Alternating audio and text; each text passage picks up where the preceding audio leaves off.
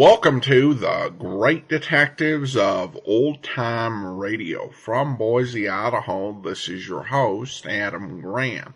If you have a comment, email it to me, box13@greatdetectives.net. Follow us on Twitter at Radio Detectives and become one of our friends on Facebook. Facebook.com/Radio Detectives. Today's program is brought to you in part by the financial support of our listeners.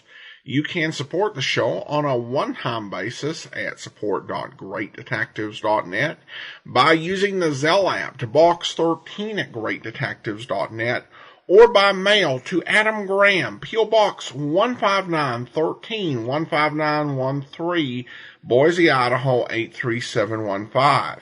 And you can also become one of our ongoing Patreon supporters for as little as $2 per month. Just go over to patreon.greatdetectives.net.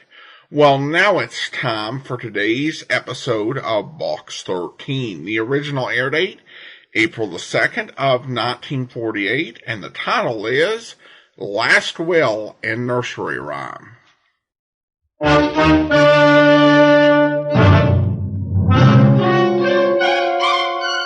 Box 13, with the star of Paramount Pictures, Alan Ladd, as Dan Holliday.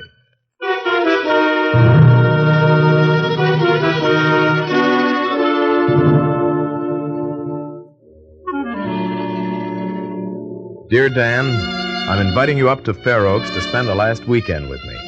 Forget your Box 13 gag for a while and grab yourself a little vacation. There's not much I can offer in the way of excitement or adventure. But if you'll really go any place or do anything, you might like to see the crumbling grandeur of the last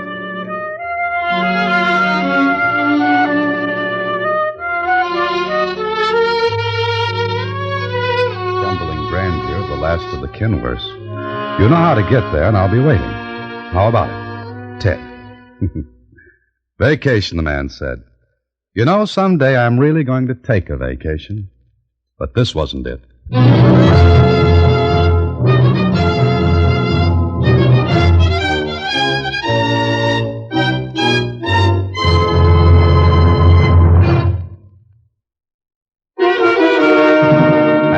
Back to Box 13 and Dan Holliday's newest adventure, Last Will and Nursery Rhyme.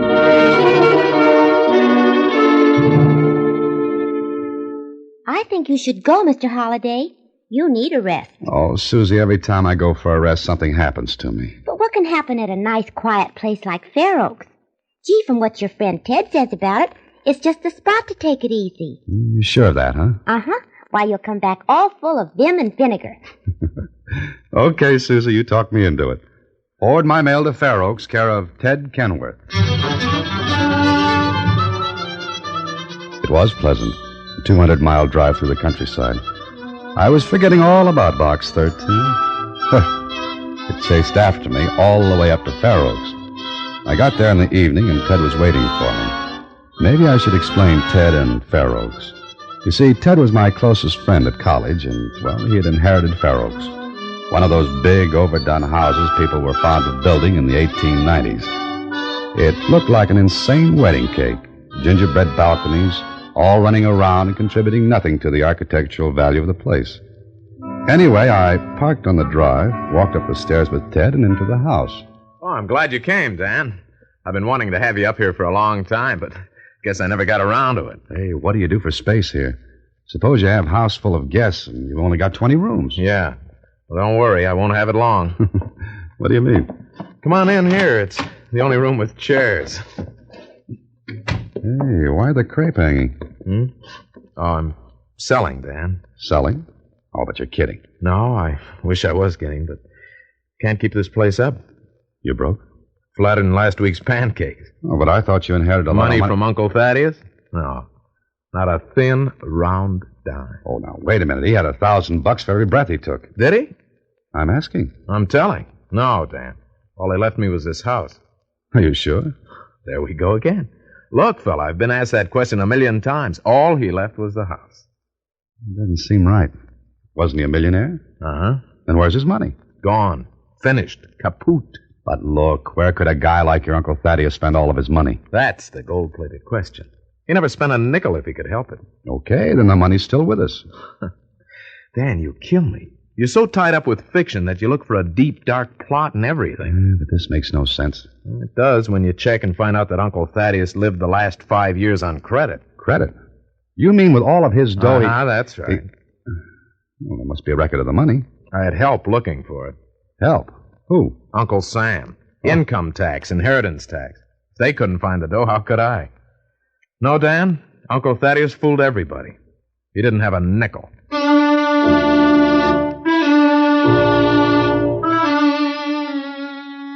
Well, it sounded offbeat to me. Uncle Thaddeus lived close to his vest. And he had money at one time, lots of it. He never went anyplace, did anything. But our cool $3 million or so just curls up and evaporates. Or did it? Anyway, I thought about it later that night. Oh, why don't you stop, Dan? You're supposed to take a vacation, and you're beating your brains out. Now listen, put it together and what have you got? Uncle Thaddeus, practically a hermit. He's known to have money, but when he dies, all he leaves is this oversized lean-to. Dan, I've looked through the whole house. I know it like the back of my hand. I lived here when I was a kid after Mother and Dad died. What about the will? Uncle's? Yeah. Well, nothing about money in it. Excuse me, Ted. Oh, it's okay. Come on in, Helen. Well, I didn't knock or ring the bell. I didn't know you had company. Oh, it's all right. Helen, this is Dan Holliday. Dan, this is Helen Stark. How are you? Fine, thanks. Helen's clearing out odds and ends for me, Dan. Odds and ends? Well, I was Thaddeus Kenworth's secretary. That is, once in a while I was. When he got behind in cataloging books, I came in and did it for him. Oh. Sit down, Helen. Join the wake. Well, I haven't much time. I want to sort out some papers. You can look them over tomorrow, Ted. I don't want to. Throw them out. What papers? Mr. Kenworth kept everything. Yeah, he collected bills, receipts, pieces of twine, bits of paper. He wasn't that bad. Okay, just like to keep things. Including money. Yeah. What do you mean, Mr. Holliday? Where's his money? Well, he didn't leave any. That's what the man said. But he didn't, did he, Ted? No. Then where is it? Helen, let me explain. You see, Mr. Holliday has a complex. To him, the simple act of taking a drink of water is filled with mystery and dark meaning. Want to borrow my cloak and dagger? Well, you two argue about it. I'll be all finished tomorrow, Ted, and you can look over everything. See you later, Mr. Holliday. Oh, good. Nice girl. Uh-huh. What's the matter? Don't you like her? I just met her. What do you want me to do, start sending orchids? Hey, come on, let's take a walk, huh? I'd rather go over the house. Oh, you're kidding. Why? Oh, just to take a look. Oh. Expect to find $1 million tucked away in an old pillowcase? You never can tell, boy. Come on, just to satisfy my curiosity. Okay, I satisfied my curiosity. Ted knew the old place backward and forward. Almost all of the furniture had been cleared out, and if there was a hiding place for anything, we'd have found it. But it still bothered me, and it bothered me after I finally went to bed. Then, in the middle of the night, somebody was taking a walk in the house. I got out of bed, opened my door, and went to Ted's room. Ted, wake up. Huh? What's the matter? Oh, Dan. Be quiet. What's the matter with you? You walking in your sleep? I heard someone upstairs. Oh, large mice. Go back to bed. I tell you, I heard someone walking around. What's directly above my room? Your room? Yeah. Why, this is that old room I played in when I was a kid. What's in there? Oh, cut it out, will you, Dan? What's in that room? Nothing. You saw it. Trunk with some old toys in it, that's all. I heard someone walking around up there. Ah, you were dreaming. You've got your head so crammed That's full. a car. Huh? Yeah, so what? But you and I are the only ones in the house. That's what I said. But someone just drove away from here. That car was on the road, not on the grounds here. Drove away from here. All right, it drove away from here. Now go back to sleep. The next dream you have, tell Freud, not me.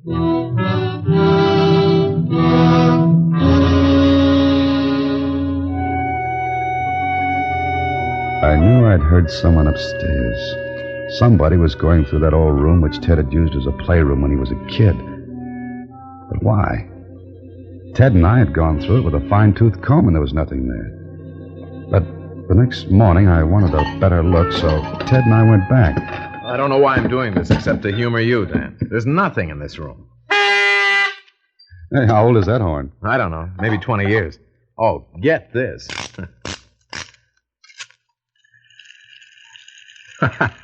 Uncle Thaddeus never threw away a thing. Not even his money. Oh, still harping on that, huh? Yeah. Hey, what else is in that trunk? Oh, baseball glove, dust, ball, bat. Huh. Gosh, this rabbit's almost as old as I am. Then, let's see, tops, strings. That's all. And there's nothing else in the room. Nope. Yet someone was up here last night looking for something. Oh, Dan, stop it. Huh? What's the matter? Nothing. Nothing, I guess. Come on. What were you going to say? Wait a minute. Lose something? I don't know. Why don't you know? Seems to me there's something missing from this bunch of junk. Well, what? I can't remember. But there's one thing. Toy? Horn? Train? No. Those things are all here. Then what's missing? Come on, Ted, think. Oh, but it's more than 20 years ago. 25 is more like it. Yet you know something's missing. I don't know. It's just that something hit me, like a name you try to remember, or a place, or a date. All right. What? I don't know, Dan. I can't remember. Good morning. Oh, hiya, Mr. Wilson. Come on in. Second childhood, Theodore? Playing with toys again? No, just rummaging around. Dan, this is Martin Wilson, Uncle's attorney. Mr. Wilson, Dan Holliday. How do you do? Well, Theodore, the papers are all ready for the sale. You can sign them anytime. Oh, good. Be glad to get it off my mind. But I kind of hate to see the old place go. Yes, indeed. Staying long, Mr. Holliday? No, just the weekend. Mm-hmm. Were you looking for something, Theodore? Huh? Oh, no, not in particular. Mm-hmm. Well, when you're ready, we'll sign the papers. Oh, excuse me, Mr. Wilson, but could I take a look at the will? Eh? Will? What will? Thaddeus Kenworth's. What for? Dan's a writer, Mr. Wilson. He's writing now. But could I look at it? That will be up to Theodore. How about it, Ted? And when you've looked at it? I don't know. I don't know.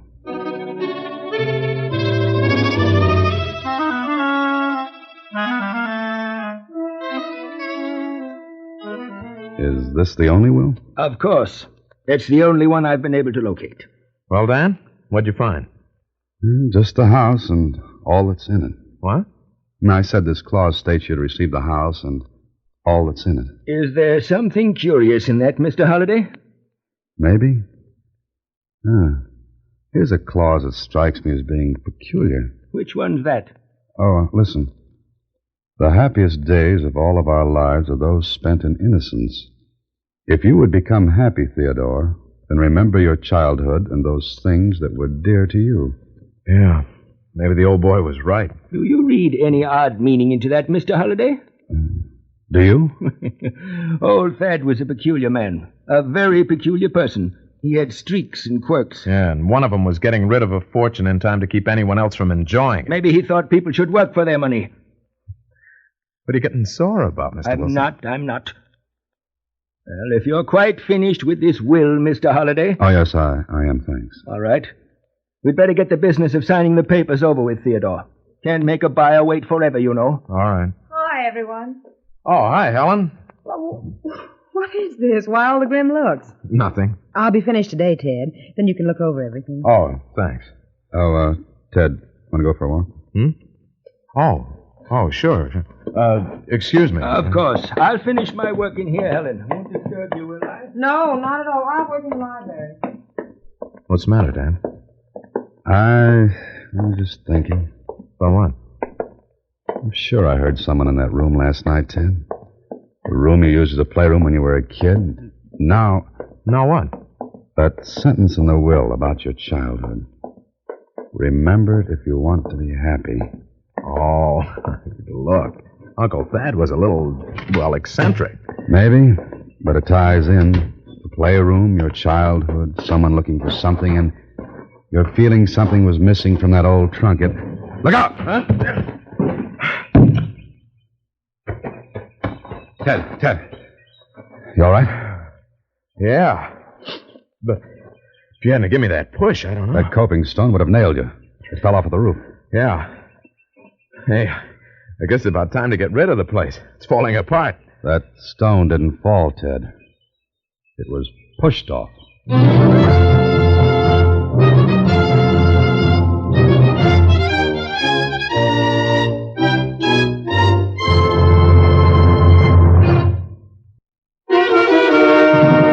And now back to Last Will and Nursery Rhyme, another Box 13 adventure with Alan Ladd as Dan Holliday.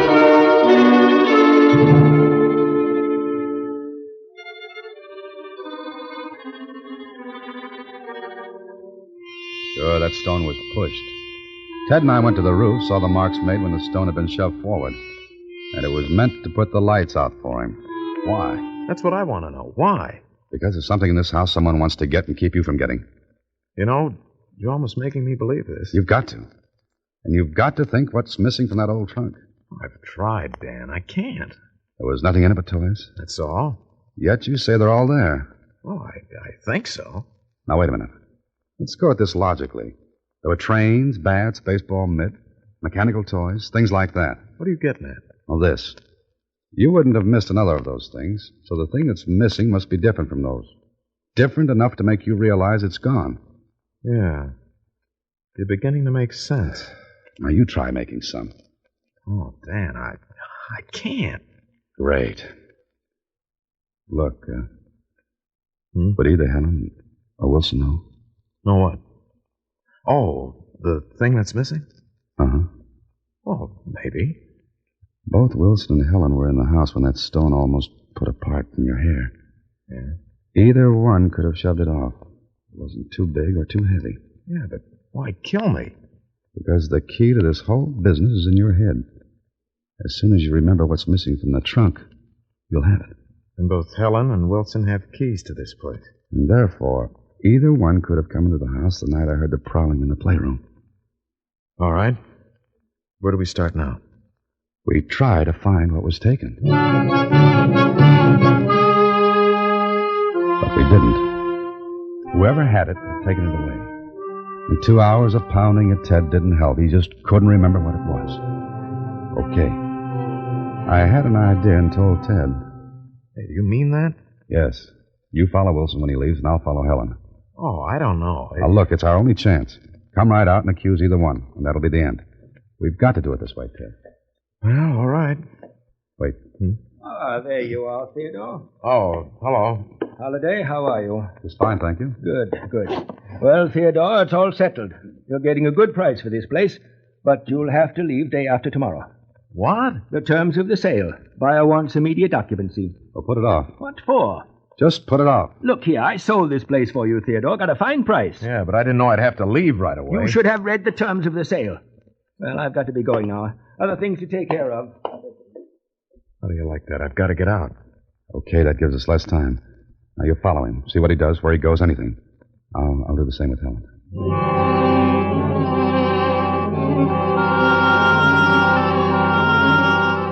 Helen didn't leave until that afternoon.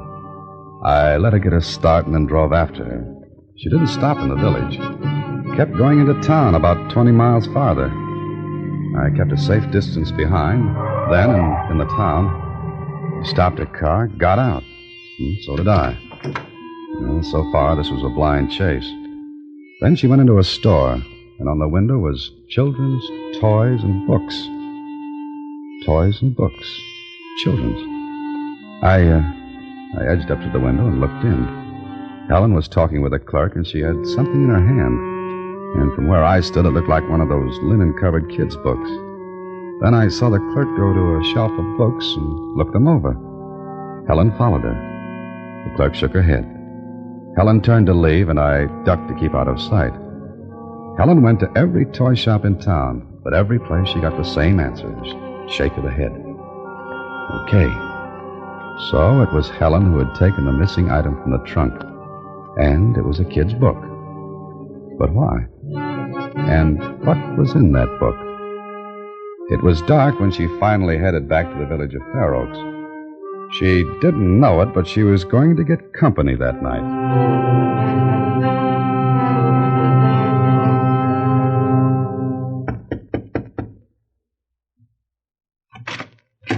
Well, hello there, Mr. Holliday.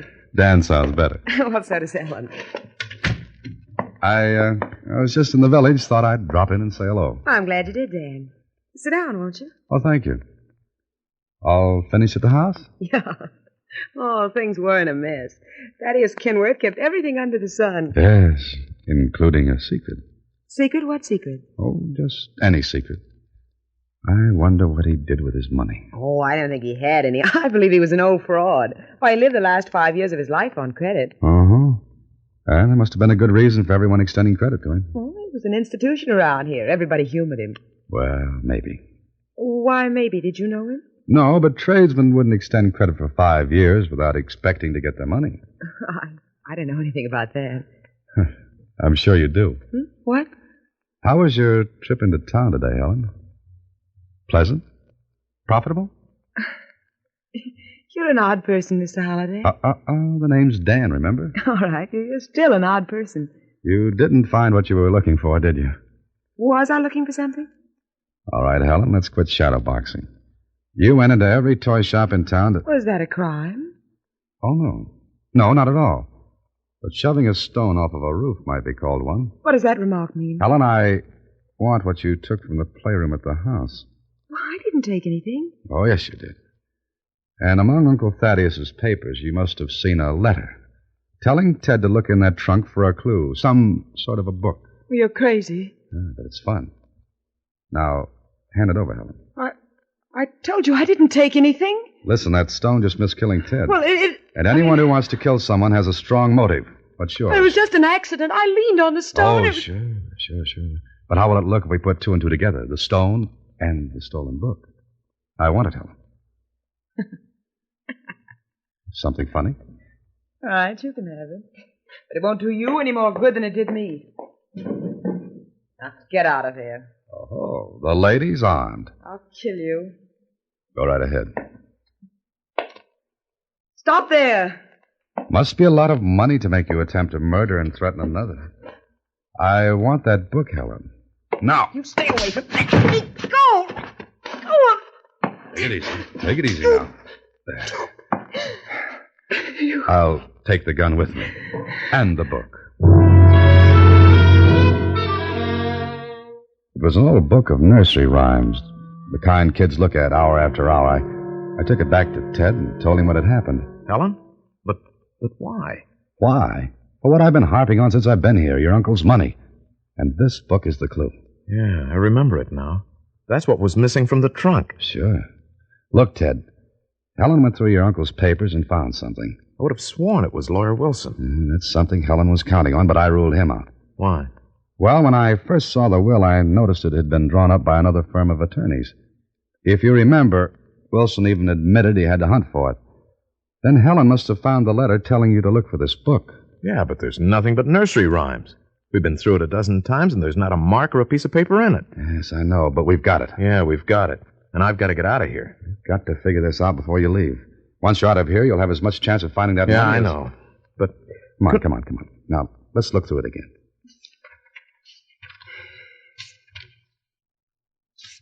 See anything? No. Well, keep looking at it. Wait a minute. What's the matter? Go back. What did you see? I didn't see anything. It was something I didn't see. Oh, Dan, you're crazy. Look, Ted, look. Each rhyme is numbered. 1, 2, 3, 4, then 6. Number 5 is missing. Hey, you're right. Helen took it. No, she didn't. What? Of course she didn't. That's why she was trying to buy another one like it. But she couldn't. It's too old. All right. Number 5 is missing. What was it? Oh, hey, I can't remember that. Yes, you can now. Look. Number 1, Little Miss Muffet. Yeah. Number 2, Simple Simon. 3, Sing a Song of Sixpence. 4, 3 Blind Mice. Wait a minute. Wait. Mice. Mice? No. That one's here. No.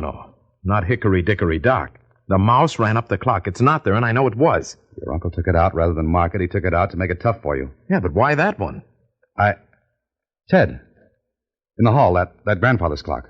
Yeah. I used to watch it for hours when I was a kid. Well, come on. Hey, Dan, you're terrific. Okay, here's the clock, but it's stopped. I tried to wind it the other day, but it wouldn't go. Now listen, the rest of the rhyme. The clock struck 1. 1 o'clock. This clock stopped at 6. Now, what'll happen when we turn the hands until they get to 1? Well, don't just stand there, boy. Do it. Okay.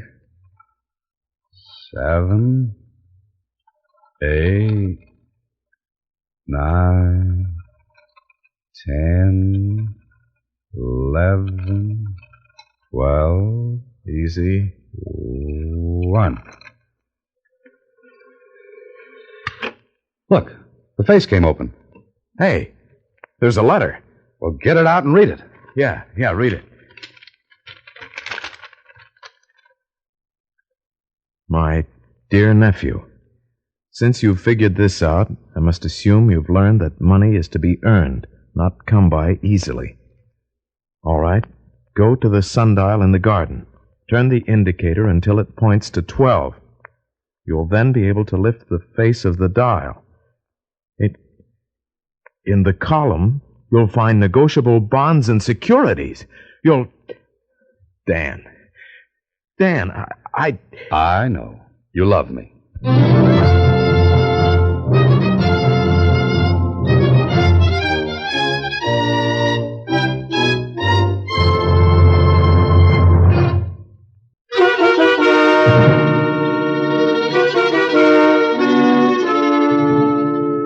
Did you have a nice time, Mr. Holliday? Great, Susie. Great. Do I look rested? Well, not exactly. That's what I thought. Oh, maybe you won't want to go to the party tonight, then. What party? Well, we're all starting from the city hall. Starting from the city hall. Why? Oh, it's a treasure hunt. It'll be loads of fun. Oh, Susie, how do you manage it? Good night.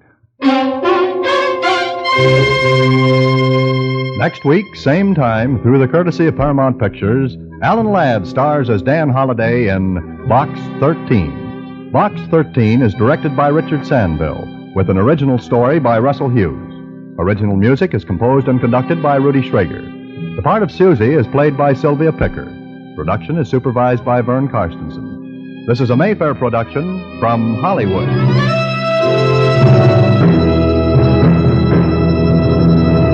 Watch for Alan Ladd in his latest Paramount picture. Welcome back. For Dan's friend to seriously expect him to come out and not try to, unravel the mystery behind the will, that just wasn't going to happen. I mean, it would be like inviting Jessica Fletcher to your house where there had just been an unexplained death and just telling her, that's fine, don't worry about it. I'm sure the police will figure it out eventually. You just know that Jessica Fletcher would get on to solving the murder, and so, with Dan, that this mystery just has to get solved, even if he doesn't get much of a vacation out of it. There's definitely some irony in here in that Dan's friend was supposed to learn the value of hard work, that money just shouldn't be left to people, that they should work for it. And Dan ended up doing most of the work for him. I think the actual moral is the value of having intelligent writer friends to help you solve problems, and sharing expensive facilities with said writer friends, though that might be a biased interpretation. At any rate, an interesting episode, and again, a bit different than we'd hear on other programs. Now we turn to listener comments and feedback. Vicky writes, I really enjoy Box 13. So glad I just stumbled onto your podcast. Well, thank you so much, Vicky, and I'm so glad you're listening out there. And that will actually do it for now. I do want to go ahead and also thank our Patreon supporter of the day. Thank you so much to Azita, Patreon supporter since August, currently supporting us at the Detective Sergeant level of $7.14 or more per month. Thank you so much for your support. Join us back here tomorrow for It's a Crime, Mr. Collins, and then we'll be back next Monday with another episode of Box 13. In the meantime, send your comments to Box13 at greatdetectives.net. Follow us on Twitter at Radio Detectives and become one of our friends on Facebook, facebook.com/Radio Detectives. From Boise, Idaho, this is your host, Adam Graham, signing off.